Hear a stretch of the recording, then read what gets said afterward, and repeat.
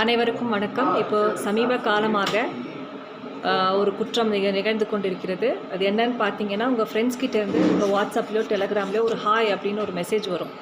நீங்கள் அந்த ஃப்ரெண்ட்ஸ் கிட்டேருந்து தான் வந்திருக்கு அப்படின்னு நினச்சி அதை ஓப்பன் பண்ணி பார்ப்பீங்க. அதுக்கப்புறம் அது கீழே ஏதாவது ஒரு ஃபோட்டோஸை இருக்கும், அதை கிளிக் பண்ணுங்கள். இல்லாட்டி ஏதாவது ஒரு லிங்க் அட்ரஸ் இருக்கும், அதை கிளிக் பண்ணுங்கள். இல்லை லிங்க் கோடு கொடுங்க அப்படின்னு சொல்லி ஏதாவது ஒன்று கேட்டு அந்த ஒரு லிங்க் உங்களுக்கு வரும்.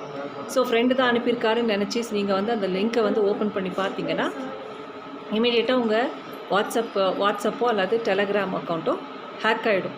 ஹேக் ஆகிட்டு நீங்கள் என்னென்ன கான்டாக்ட்ஸ் வச்சுருக்கீங்களோ அத்தனை கான்டாக்ட்ஸுக்குமே ஹாய் மெசேஜோட இந்த லிங்க் போயிடும்.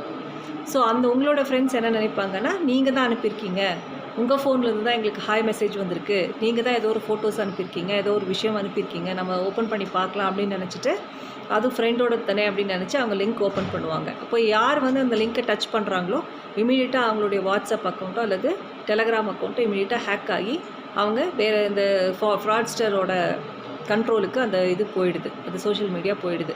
ஸோ அவங்க நாளைக்கு அவங்க கண்ட்ரோலுக்கு எடுத்ததுக்கப்புறம் இந்த மாதிரி எனக்கு அர்ஜென்ட், எனக்கு ஏதாவது காசு வேணும், ஏதாவது அமௌண்ட்டு பே பண்ணுங்கள், இது பண்ணுங்கள் அப்படின்னு சொல்லி மணி லாஸ் ஆகிறதுக்கான சான்சஸ் நிறையா இருக்குது. ஸோ இதுக்கான ரிக்வெஸ்ட்லாம் இப்போ கொடுத்து இதுக்கான இன்வெஸ்டிகேஷன் போயிட்டுருக்கு. ஸோ இந்த ஸ்கேமர்ஸ் யார் அப்படிங்கிறது கண்டுபிடிக்கிறதுக்கான நடவடிக்கைகள் மேற்கொண்டுட்ருக்கோம்.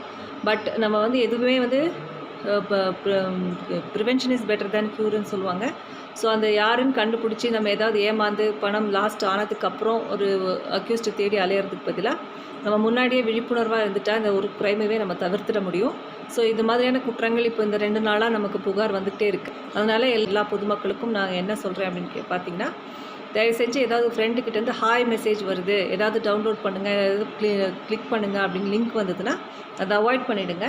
அந்த லிங்க்கை யாருமே நீங்கள் டச் பண்ண வேண்டாம். இந்த மாதிரியான ஒரு க்ரைம் இப்போது சமீபமாக போயிட்டுருக்கு. அதனால் எல்லாருக்குமே இது ஒரு விழிப்புணர்வு. இது நீங்கள் மட்டும் தெரிஞ்சுட்டு வச்சுட்டு இருக்காதீங்க.